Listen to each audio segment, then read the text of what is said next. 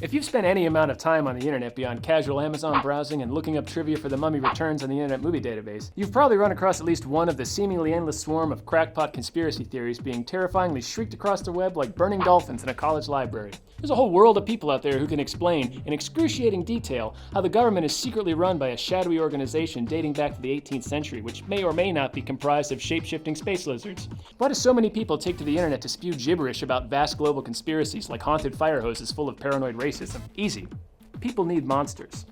And impossible shadow conspiracies more intricate than the vision board of a Batman villain are just about the only monsters we can believe in anymore. Truth or conspiracies are our new folklore. If Bram Stoker had been born the same year Money Train came out, Dracula would have been about a Hollywood producer named Tim Dracula conspiring to make Jay-Z the Emperor of Space. Think about it. The only reason vampires, werewolves, ghosts, mummies, and were-scorpions ever existed is because people got to the top of the food chain pretty quickly and then didn't have anything else to be afraid of. Yes, were-scorpions are totally a thing. But you still have that need to be constantly on guard. It's a survival instinct, buried deep in our brains like the lyrics to Kiss from a Rose. So when we got to the point where there was no obvious things left to be afraid of, we invented monsters. And monsters had a good run. They hung in there for centuries, which in retrospect is an inexcusably long period of time. There were grown men in Scandinavia who believed that mountains were just trolls who got cut out in the sunlight until well after cars were invented. The modern world has pretty much stomped out fanciful monsters. They're more cool than anything nowadays. They have entire high schools on television, they're nothing but monsters. Werewolves break dance and are super good at basketball, and vampires drive Volvos and listen to Paramore. That's not a creature of the night. That's just a responsible consumer. Nobody's really worried about getting eaten by a breakdancing yearbook editor. So we have to come up with something else. That monster is conspiracy. 9/11 was an inside job. Obama's birth certificate was forged. One of the most popular conspiracy theories in the world right now is literally about monsters, specifically humanoid reptiles from another galaxy who are secretly controlling every major government on the planet. And the Illuminati, the mother of all conspiracy theories, is a centuries-old organization dedicated to cloak and dagger power plays mired in satanic rituals and organized murder. Kinda sounds like stuff monsters do. There's a truth or conspiracy out there for absolutely everything, from disasters to cultural events to whether or not Stevie Wonder is actually blind. Because completely ruining your public existence by tying yourself to an elaborate lie for 4 decades totally helps you sell more records. There's even an elaborate conspiracy alleging that Crack.com is part of a DARPA initiative to destroy video games. Monsters always have a weakness, though. Because at the same time we need something to be scared of, we still need to be in control of it. Vampires, poltergeists, and werewolves are terrifying, but they aren't random. There's always a pattern to their violence. They always have some kind of weakness. Not so with Sandy Hook or 9/11. When we're struck with the real-world horror of mass murder and death by random chance, things which manage to be sour and terrifying all on their own without the help of aliens or boogeymen, we invent complicated conspiracies to control how we feel about them. Because we can't accept random violence. That's too scary.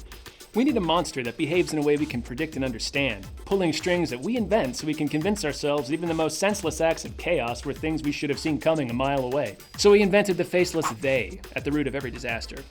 That's our new monster. They engineer every aspect of our lives, no matter how trivial. But knowing that they're engineering these things and pouring our knowledge out all over the internet so that they know we know is their weakness. And that's how we have control.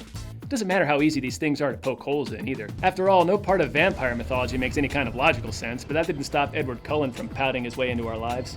For example, Loose Change, the infamous internet documentary created by professional dipshit Dylan Avery, cited the incriminating evidence that jet fuel can't burn hot enough to melt steel, even though blacksmiths in the 4th century seemed to have no problem sculpting steel into swords and helmets using charcoal blast furnaces. So it's unclear why the immolating explosion of a 300,000-pound aircraft couldn't possibly burn hot enough to weaken the steel supports in a 1,300-foot building enough to make it collapse under its own weight. That's like saying Jean-Claude Van Damme couldn't throw a foot sweep hard enough to topple the enormous Chinese guy from Bloodsport because his shin bone doesn't have enough density to crack another man's leg. And truthers claim the Sandy Hook shootings were staged by the government to promote stricter gun control legislation, even though gun control laws have actually loosened in the wake of the tragedy, because the NRA is the best lobbying group in the history of the world. Pointing out the obvious holes in these theories just makes the mythology stronger, because people plug those holes up with belief. Pure, hardcore, galvanized belief. Dylan Avery was a teenager trying to write a script about a bunch of other teenagers discovering a vast conspiracy behind the September 11th attacks, before he even created Loose Change. This isn't insider information either. He publicly admitted this, in addition to acknowledging that he twisted, misquoted, or straight up invented most of the information in his video that 9/11 truthers still quote to this day. Rick Dyer staged an elaborate media hoax back in 2008, claiming he had Bigfoot's remains in a freezer, when it turned out all he really had was an old gorilla suit stuffed with rotten deer meat. When he pulled the exact same stunt earlier this year, Bigfoot truthers believed him all over again, even though literally the only thing on Rick Dyer's resume is dude who professionally makes shit up about Bigfoot. But people need to believe this stuff.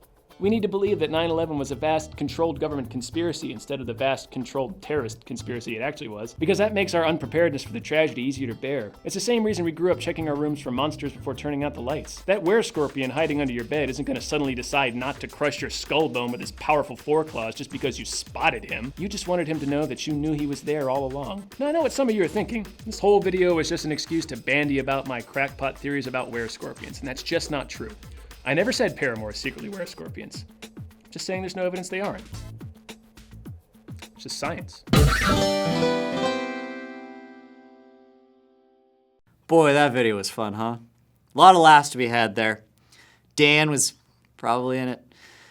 A lot of good things happened. We all had a really good time together.